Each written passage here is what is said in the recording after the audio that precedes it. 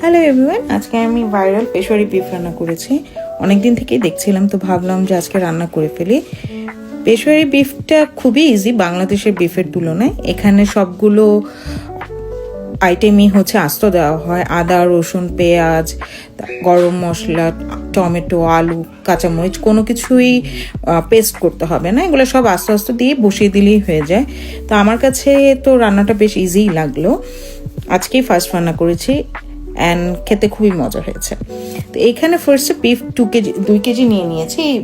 2 KG বিফের ভিতর হচ্ছে রানের মাংসটা নিতে হবে, প্লাস হচ্ছে নলির হাড় যেটাকে বলে সেটাকে নিতে হবে। আমি এই রান্নাটা করেছি হচ্ছে কুক বাংলা ইউটিউব চ্যানেল যেটা আছে, তার রান্নাটা প্রসেসটা ফলো করে। ওনার রান্না আমার কাছে খুবই ভালো লাগে, আমি মোটামুটি সবসময় ওনার রান্নাটাই ফলো করি।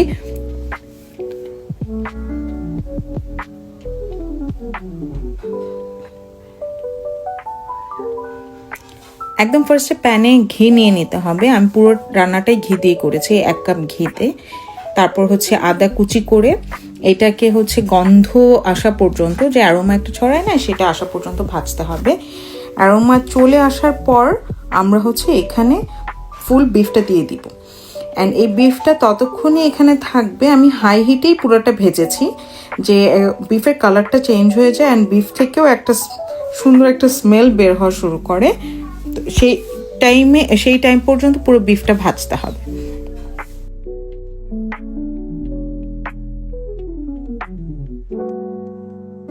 যখন বিফটা ভাজা হয়ে যাবে, এখানে প্রথমে আলু, তারপর একে একে রসুন, পেঁয়াজ, টমেটো, কাঁচামরিচ সবকিছু দিয়ে ভালো করে নাড়তে হবে।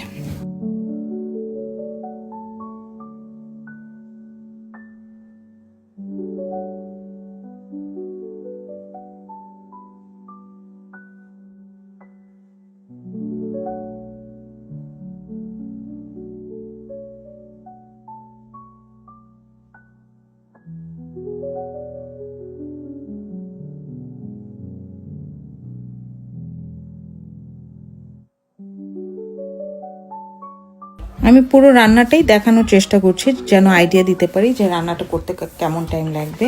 রান্নাটা করতে 2 থেকে 2.5 ঘন্টার মতো সময় লাগে। প্রথমে 30 মিনিটস এই পুরো জিনিসটাকে সটে করে রেডি করার জন্য টাইম লাগবে। তারপর যখন এইভাবে সব কিছু দিয়ে দেওয়া হবে, তখন হচ্ছে পুরোটাকে দমে দিতে হবে। তো আমি যেটা করেছি একদমই লো হিটে, এখানে আমি কোনো পানি ইউজ করিনি, একদম লো হিটে পুরো জিনিসটা অলমোস্ট 1.5 ঘন্টার মতো রেখেছি। তারপরেই আমরা দেখেছি যে মাংসটা ভালোই সিদ্ধ হয়ে গিয়েছে।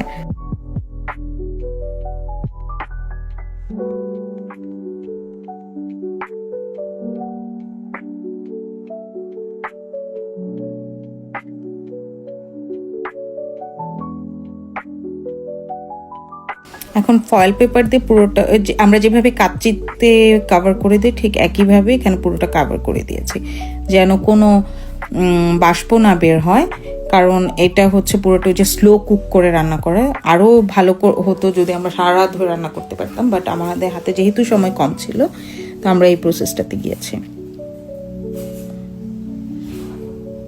এখন 2 ঘন্টা পর আমরা একটু খুলে দেখছি যে কেমন হয়েছে। একদম লাইভ এখন বলবো যে কেমন হয়েছে।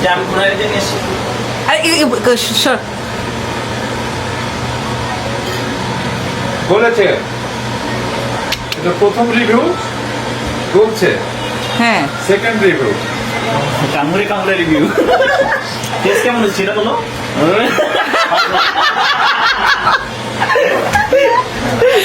একদম থ্যাংক ইউ। আসি ওদেরকে নিয়ে আসি। হ্যাঁ, এই আইটেমগুলো দিয়ে আমি গার্নিশিংটা করব, ডেকোরেশনের জন্য আমি দিয়েছি। এটা অন্যান্য কোথাও দেখিনি, বাট আমার মনে হয়েছে যে এটা টেস্ট করার পর যে একটু বেরেস্তা, তারপর একটু ধনিয়া পাতা, একটু লেবুর রস, একটু আদা দিলে এটা খেতে আরও ভালো লাগবে। সো আমি গার্নিশিংটা আমার মনে হয়েছে যে এভাবে করলে better, that's why I did that.